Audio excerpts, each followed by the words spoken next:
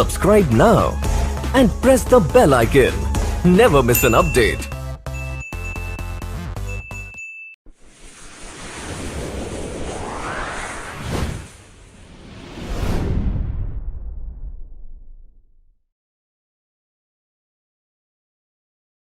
Academy में अभी तक आप अगर इस चैनल पर नए हैं तो आप इसे सब्सक्राइब जरूर करें।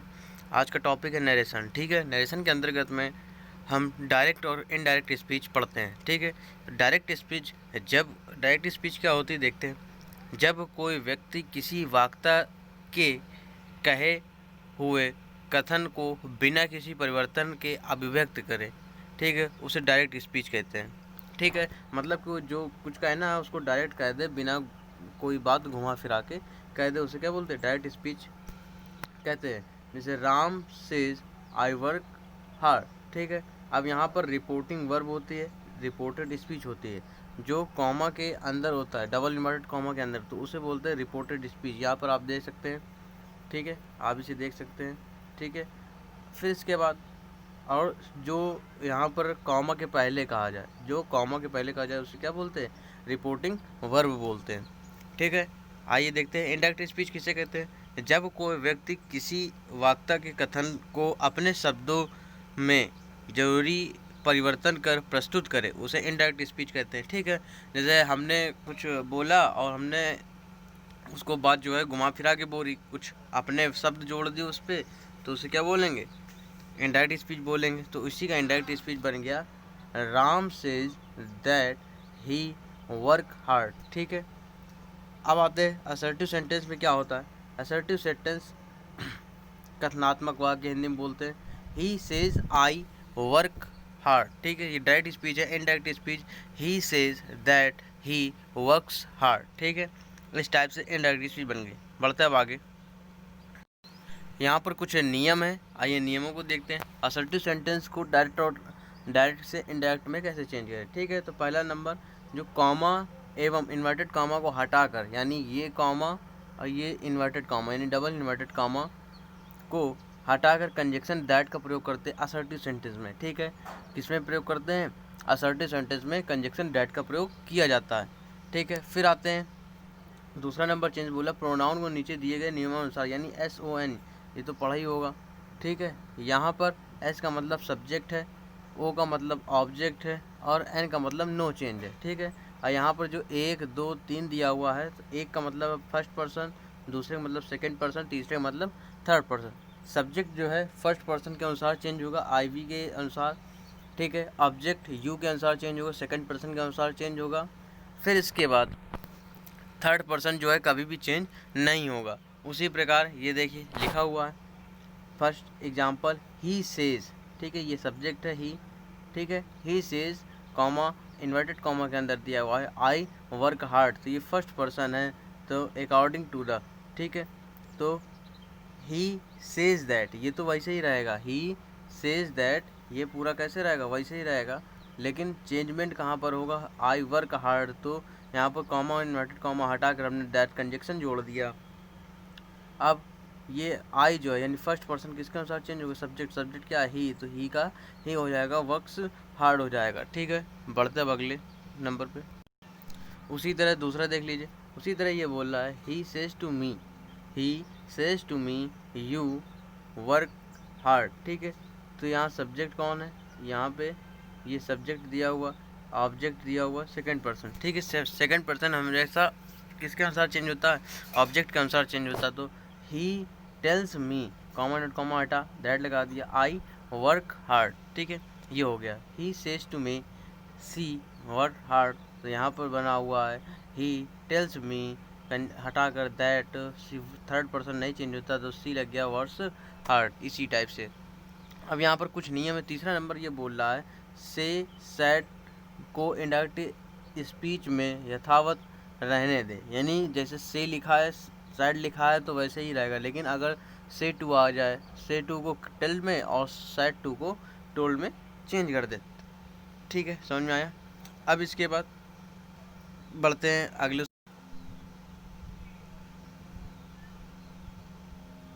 यहाँ पर नोट दे रहा है, नोट नंबर पहला, टेल नोट नंबर पहला दे रहा है टेल और टोल्ड के बाद यहाँ पर बोल रहा है नोट एक जो बोल रहा है टेल और टोल्ड के बाद टू का प्रयोग कभी नहीं किया जाएगा। फिर इसके बाद बोल रहा है दूसरा नोट बोल रहा है टेल और टोल्ड के बाद ऑब्जेक्ट का प्रयोग करना जरूरी होता है। इसी प्रकार ऑर्डर्ड, रिक्वेस्टेड, फॉरवर्डेड इत्यादि के बाद ही एक ऑब्जेक्ट का प्रयोग होना चाहिए। यहाँ पर ऑर्डर अभी सब यहाँ पर इम्परेटिव सेंटेंसों में आएंगे, ठीक है। अब चलते हैं उस पर। 4 नंबर क्या बोल रहा है, अगर रिपोर्टिंग वर्ब प्रेजेंट अथवा फ्यूचर टेंस में है तो रिपोर्टेड स्पीच टेंस में कोई परिवर्तन नहीं होगा। एग्जाम्पल के रूप में दिया हुआ है, क्या दिया हुआ है, he says I come here, तो दिया हुआ है he says that he comes here, यानी किसमें प्रेजेंट में दिया हो और फ्यूचर टेंस में वह कभी भी चेंजमेंट नहीं होगा, जैसे वैसे लिखा जाएगा। अब 5वां नियम बोल रहा है, अगर रिपोर्टिंग वर्ब पास्ट में हो लेकिन रिपोर्टेड स्पीच जो है यूनिवर्सल ट्रूथ या आइडम फ्रेजेस या हैबिचुअल एक्शन पे हो या हिस्ट्रिकल फैक्ट्स में हो या रिपोर्टेड स्पीच के टेंस में कोई परिवर्तन नहीं किया जाएगा, ठीक है। ये बातें बहुत ही इंपॉर्टेंट है, याद रखने वाला ये 5वां नंबर, ठीक है। तो जैसे एग्जांपल हमने बता दिया है, he said the sun is a star, सूरज जो है एक किसकी तरह है, एक तारे की तरह है। तो he said that the sun is a star, ये हो जाएगा, इस पर कोई परिवर्तन नहीं हुआ है, ठीक है। अब आते हैं 6 नंबर पे। 6 नंबर बोल रहा है, अगर रिपोर्टिंग वर्ब पास्ट में हो और रिपोर्टिंग स्पीच में आइटम फ्रेजेस इत्यादि नहीं हो तो रिपोर्टेड स्पीच में परिवर्तन किए जाएंगे, ठीक है। कैसे किए जाएंगे, he said I come here yesterday, ठीक है। I said I come here yesterday, तो इसका क्या बनेगा, he said that he had come there the previous day, ठीक है। यहाँ प्रीवियस डे यस्टरडे को लिखा गया है, ठीक है। अभी सारे वो भी बताऊंगा मैं, ठीक है। बढ़ते हैं अगले थोड़ा उस पर। अब यहाँ पर दे रहा है सेंटेंस को कौन से हिसाब से चेंज करना है, ठीक है। सेंटेंस को किस हिसाब से चेंज करना है, चेंज इन सेंटेंस, ठीक है। टेंस तो सिंपल प्रेजेंट हो, ठीक है, तो किस में चेंज होगा, सिंपल पास्ट में। अब सिंपल पास्ट कैसे चेंज होगा, पास्ट परफेक्ट में। पास्ट परफेक्ट चेंज नहीं होता है, ठीक है, पास्ट परफेक्ट कभी भी चेंज नहीं होगा।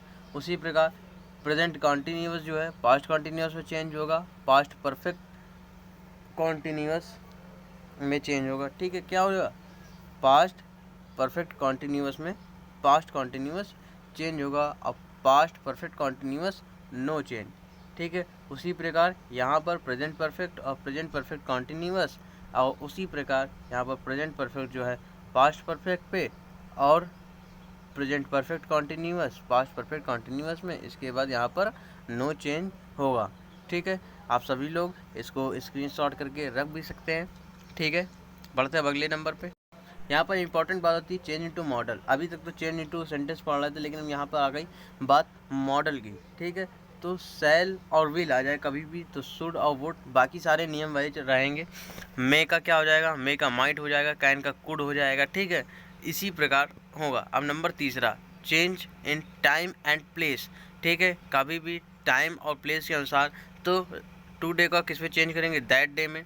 टुमारो को नेक्स्ट, ये दिया हुआ है, टुडे को दैट डे, टुमारो को द नेक्स्ट डे, यस्टरडे को द प्रीवियस डे या द बिफोर डे, टुनाइट को दैट नाइट, लास्ट को बोल देंगे द प्रीवियस, हियर को देयर में चेंज करेंगे, दिस को दैट में चेंज करेंगे, हमेशा ये पूरे उसमें है, ठीक है। दिस को दोज में, एगो को बिफोर में, नाउ को देन में चेंज करेंगे। एग्जाम्पल के रूप में हम सभी देख लेते हैं। पहला एग्जाम्पल देख लेते हैं, he said I can not help you at this time, ठीक है। तो ही सेड में मैंने बताया था, अगर सेड और क्या मिल जाए, से मिल जाए तो कोई भी परिवर्तन नहीं करेंगे। अगर उसके बाद टू मिलेगा तो सेड टू को टोल्ड में और सेज टू को टेल में बदलेंगे, ठीक है। तो चलते सी सेड, अब कॉमा इन्वर्टेड कॉमा हटाया, कंजक्शन दैट का प्रयोग किया गया।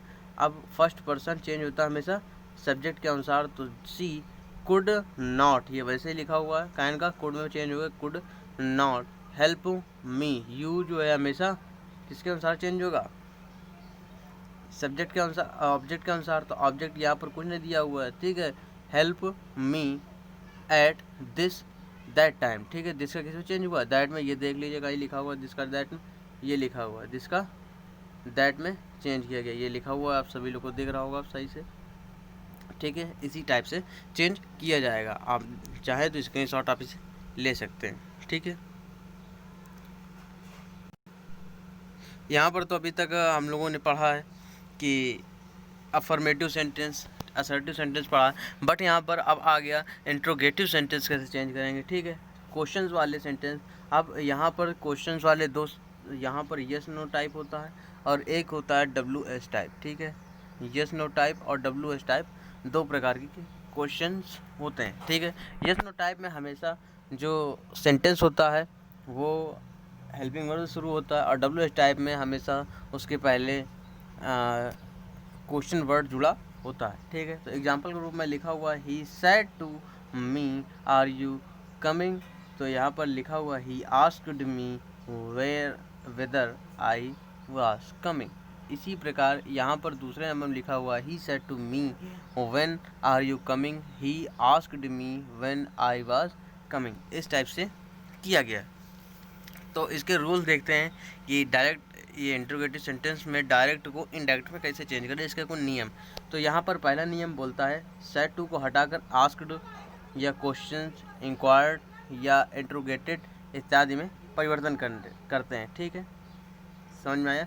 वहाँ पर कुछ नहीं, सेड टू को किस में चेंज कर रहे थे, टोल्ड में, बट यहाँ पर इंट्रोगेटिव सेंटेंस में आस्क्ड में चेंज होगा अधिकतर, ठीक है। आस्क में चेंज होगा। अब यहाँ पर क्वेश्चंस मार्क को फुल स्टॉप में परिवर्तन करें, जहाँ पर भी क्वेश्चंस मार्क लगा वहाँ पे फुल स्टॉप दोबारा कभी भी, अब जब इनडायरेक्ट बनाएंगे तो क्वेश्चन मार्क कभी नहीं लगाएंगे, ये सबसे बड़ी पेपर में गलती होती है। अब यहाँ पर आते हैं, वाक्य का फॉर्मेशन इंट्रोगेटिव नहीं होगा, ठीक है। फिर इसके बाद इंट्रोगेटिव नहीं होगा, यानी कोई भी हेल्पिंग वर्ब जो है, ठीक है, का प्रयोग सब्जेक्ट के बाद होगा, ठीक है। हेल्पिंग वर्ब का प्रयोग किसके बाद होगा, सब्जेक्ट के बाद होगा। फिर इसके बाद टेंस, प्रोनाउन इत्यादि में परिवर्तन अनुसार होगा, ठीक है। वही सब सवाल जवाब हाँ, इफ़। अब यहाँ पर कंजक्शन इफ़ लगेगा, दैट का प्रयोग नहीं होगा, इफ़ या वेदर का प्रयोग होगा। डब्ल्यू एच फैमिली में कोई भी परिवर्तन नहीं होगा, ना इफ़ लगेगा ना ही दैट लगाया जाएगा, ठीक है। एग्जाम्पल दे रहा है, आप देख लीजिए खुद ही। He said to me do you know me, तो he asked me if I knew him. मैंने आप जैसे आपको बताया था, यहाँ पर इंट्रोगेटिव में सेड टू को हटाकर आस्क्ड लगाया जाता है और कॉमा, इन्वर्टेड कॉमा को हटाकर कंजक्शन इफ़ का प्रयोग होता है, ठीक है। और बाकी सारे परिवर्तन उसी के अनुसार होते हैं। लेकिन यहाँ पर अब कुछ सेंटेंस ऐसे हैं जिसमें कि परिवर्तन नहीं होगा, जैसे लिखा हुआ दूसरा तुरंत देख लीजिए कि she said to him what are you doing now, ठीक है। तो ही आस्क्ड हिम, यहाँ पर कंजक्शन का प्रयोग बिल्कुल नहीं किया जाएगा, जो क्वेश्चन वर्ड है वही कंजक्शन का प्रयोग रहेगा, ठीक है। तो what he was doing then, ठीक है। इसी प्रकार आगे सभी होंगे, ठीक है। बढ़ते हैं अब अगले नंबर पर। यहाँ पर इम्परेटिव सेंटेंस पर अब आते हैं। तो बोला इम्परेटिव सेंटेंस क्या होते हैं, he said to me go away, ठीक है। इम्परेटिव का मतलब कोई आदेशात्मक वाक्य हो, ठीक है। तो इनका क्या बनेगा, तो he ordered me to go away. Imperative sentence को डायरेक्ट से इनडायरेक्ट में कैसे चेंज करें उसके लिए दिया हुआ है। तो सेड टू को हटाकर यहाँ पर ऑर्डर्ड का प्रयोग करेंगे, रिक्वेस्टेड का प्रयोग करेंगे, फॉरवर्ड का प्रयोग करेंगे, सजेस्टेड का प्रयोग करेंगे। अब यहाँ पर कंजक्शन हमेशा टू का प्रयोग होगा, टू के बाद हमेशा वर्ब की फर्स्ट फॉर्म ही आती है, ठीक है। अब टेंस, प्रोनाउन इत्यादि बाकी सब उसी नियम के अनुसार चेंज होंगे, ठीक है।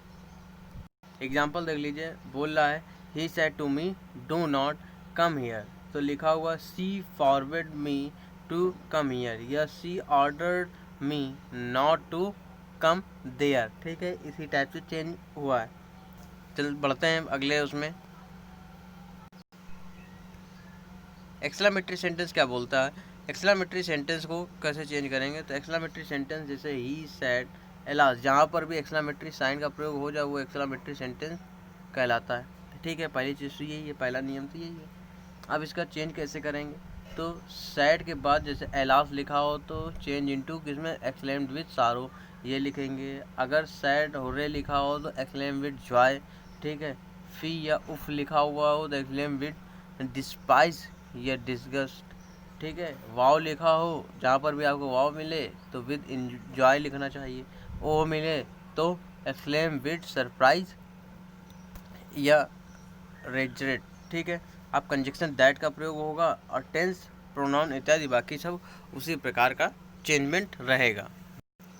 एग्जाम्पल देखते हैं, एग्जाम्पल दे रहा है she said hurray we have this match. ठीक है, we have won this match, तो she exclaim with joy that they had won that match. ठीक है, इस टाइप से बोल रहा है।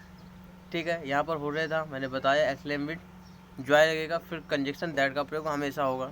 ठीक है, इसी टाइप से होंगे। अब ऑप्टेटिव सेंटेंस पे आते हैं। ठीक, ऑप्टेटिव सेंटेंस में ऑप्टेटिव सेंटेंस हमेशा विज देते हैं। ठीक है, तो जैसे साइड को हमेशा किस में चेंज करेंगे, सैड को चेंज करेंगे विज्ड में अथवा प्रेड में चेंज करेंगे। कंजक्शन हमेशा दैट का प्रयोग होगा, उसी प्रकार बाकी टेंस का प्रयोग भी उसी नियम के अनुसार प्रयोग होगा। तो ही सैड में, ठीक है, गॉड पर्डन हिम। ठीक है, तो सी प्रेड दैट। ठीक है, प्रेड लग गया यहाँ पर, दैट गॉड माइट, मे का किस में चेंज हुआ, माइट में, पर्डन हिम। ठीक है, इसी प्रकार सारे चेंजमेंट होंगे। बढ़ते अब अगले नंबर पे। ये कुछ इंपॉर्टेंट पॉइंट्स हैं कंपटीशन लेवल के लिए। ठीक है, तो नीड, नॉट, यूज्ड टू या वुड रेदर। ठीक है, या would better, had rather, had better में कोई भी परिवर्तन नहीं होता है। ठीक है, यहाँ पर कोई भी परिवर्तन बिल्कुल भी नहीं करेंगे। एग्जाम्पल देख लीजिए, he said I used to go to school by bus, तो he said that he used to go to by bus. ठीक है, इसी टाइप से होगा। अब दूसरा नंबर देख लीजिए, नोट पॉइंट दूसरा नंबर, अगर पास्ट कॉन्टिन्यूअस का प्रयोग टाइम क्लॉज में हो तो टेंस में कोई परिवर्तन बिल्कुल नहीं होगा, अगर क्लॉज में दिया हुआ है तो। कैसे, he said to me while I was studying you there you were playing. ठीक है, उसी प्रकार चेंजमेंट कैसे हुआ, he told me that while he was studying I was playing. ठीक है, इसी प्रकार। अब आते तीसरे नंबर। तीसरा नंबर बोल रहा है, अगर पास्ट इंडेफिनिट टेंस का प्रयोग टाइम क्लॉज में हो तो टेंस में कोई परिवर्तन नहीं होगा। ठीक है, यहाँ पर क्या समझ में आए, पास्ट इंडेफिनिट हो या पास्ट कॉन्टिन्यूअस, ठीक है, इसमें टेंस में कोई परिवर्तन नहीं किया जाएगा। He said when I met him he was playing, उसी प्रकार यहाँ पर दिया हुआ है, he said that when he met him he was playing। अब चौथे नंबर पे आता है। चौथा नंबर बोला पास्ट इंडेफिनिट का प्रयोग अगर सिमल्टेनियस एक्शंस में हो, ठीक है, या काफ़ी तेज़ी एक्शंस में हो, ठीक, काम काज के दौर पे हो, तो जो है टेंस में कोई परिवर्तन बिल्कुल नहीं होगा। उसी प्रकार एग्जाम्पल दिया हुआ। अब बोल रहा है पास्ट इंडेफिनिट का प्रयोग हिस्टोरिकल यानी ऐतिहासिक घटना में हो तो भी कोई परिवर्तन नहीं किया जाएगा। ठीक है, कोई घटना हो, मैंने पहले बताया ऐतिहासिक घटना या जो ट्रूथ हो, तो जो है कोई भी परिवर्तन नहीं होगा, चाहे जिस टेंस में भी हो। ठीक है, अब आपका छठा नंबर बोल रहा है विल सेल का प्रयोग वुड और शुड में होता है। ठीक है, वुड और शुड में होता है। विल सेल का परिवर्तन शुड होगा अगर वाक्य सलाह संबंधित हो। ठीक है, अगर सलाह दे रहा है तो विल और सेल दोनों का परिवर्तन किस में हो जाएगा, शुड में हो जाएगा। एग्जाम्पल के रूप में दे रहा है he said I shall come tomorrow, तो he said that he would come the next day. Tomorrow किस में चेंज करते थे हम लोग, द नेक्स्ट डे में चेंज करते थे।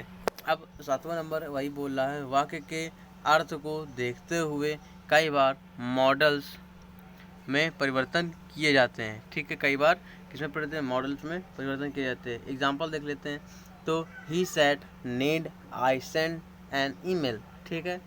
ही सेड तो he asked me if he had to send an email, इसी प्रकार हो गया, ठीक है। बढ़ते अब अगले उसमें। अगले के लिए ज़्यादा टाइम नहीं बचा है, फिलहाल सारे हो भी गए हैं। तीसरा नंबर एक बार हम और एग्जांपल देख लेते हैं, ठीक है। तो he said when I was a kid I could not go out alone, यानी यहाँ पर कुड का प्रयोग अनुमति के लिए हुआ है, तो ठीक है। तो he said that when I was a kid he was not allowed to go out alone, ठीक है। यहाँ सारे सेंटेंस समाप्त होता है। नरेशन आज भर में ही पूरा ख़त्म हो गया, ठीक है। क्लास जिसको अच्छी लगी हो तो सब्सक्राइब जरूर करें। धन्यवाद।